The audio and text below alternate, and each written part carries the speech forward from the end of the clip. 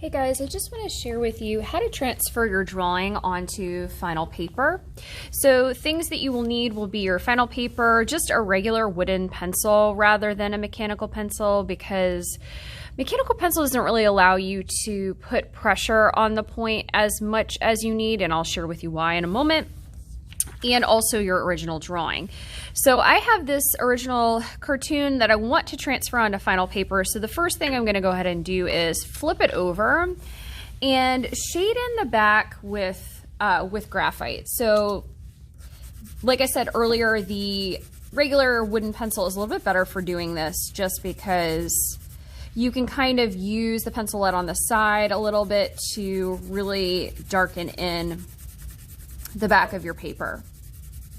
Now, random note to self, if you just scribble kind of right here like this, nothing's going to happen, because we're going to put pressure on the front of our drawing to transfer this graphite that we're creating right here onto the back of our drawing. Or onto the new paper rather, sorry. All right, so basically I have this all filled in. This looks good. It matches the place where my original drawing is. And to transfer it, what I do need is a new piece of paper. Okay, so the first thing I'm going to do is decide where I want to place my drawing on this paper, because remember, you guys are going to sketch out a background. And I think I want this person kind of in the corner of my paper. So let me zoom out for just a sec so you can see. Oops, wrong way. You can kind of see how this is the rest of my paper here, and this person's in the corner. So, yeah, so choose like where it is that you want this on your paper. And then what you're going to go ahead and do is, once you've decided where this is going to go, hold your paper down really well, and you can start tracing over your pencil lines. Now the goal with this is you want to put pressure on your pencil. So again, mechanical pencil probably isn't the best tool for this particular job, because as you know, if you put pressure on a mechanical pencil, oftentimes it just breaks. And then you got to reload the lead, and then that is not fun. Okay, so I'm really trying to hold this down and press pretty hard.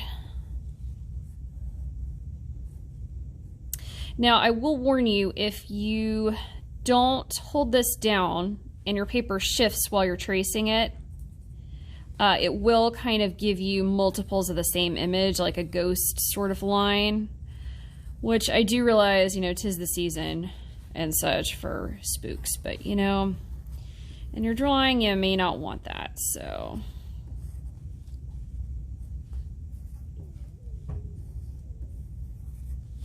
So I'm just tracing all of these lines here, and I'm going kind of quickly because I don't want to waste our time. All right, I think I got most of them. I guess we'll find out. All right, you can always do a really quick check here. Aha, I didn't check, I didn't do the back. Oh, you know what? I didn't shade there. That's why it's not popping out. All right, so at this point, I have my drawing that's transferred on here, and this looks awesome. So I can basically take this and go back over in pencil. And in this method, I don't have to redraw my drawing onto new paper. I feel like a lot of times, and I'm guilty of this as well, when I draw something really cool and I'm like, this is awesome. And then I need to go to put it onto paper that's like a little bit better than my initial paper.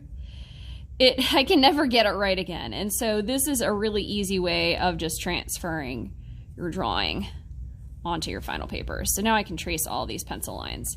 Now the other thing I do want you to take into consideration is, now that I am tracing over this on my final paper, I've got my drawing on here, I have to start thinking about the background of this drawing. So the background of this drawing needs to include an everyday object, which means a real object, right? Something from reality, something that's three-dimensional.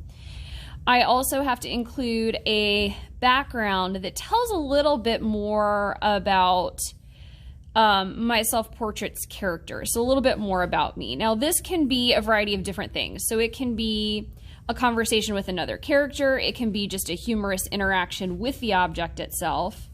It can be hopes and dreams or wishful thinking. So hopes and dreams being like what you see for yourself in the future. Wishful thinking is something that you would rather be doing right now than this, perhaps. Then we also have, what was the first one? I'm already forgetting. This hair doesn't look good. Gosh, what was the first one? I forget. But we'll just kind of check the slideshow for more different themes that you can include in the background. Oh, I remember what it was. A day in the life.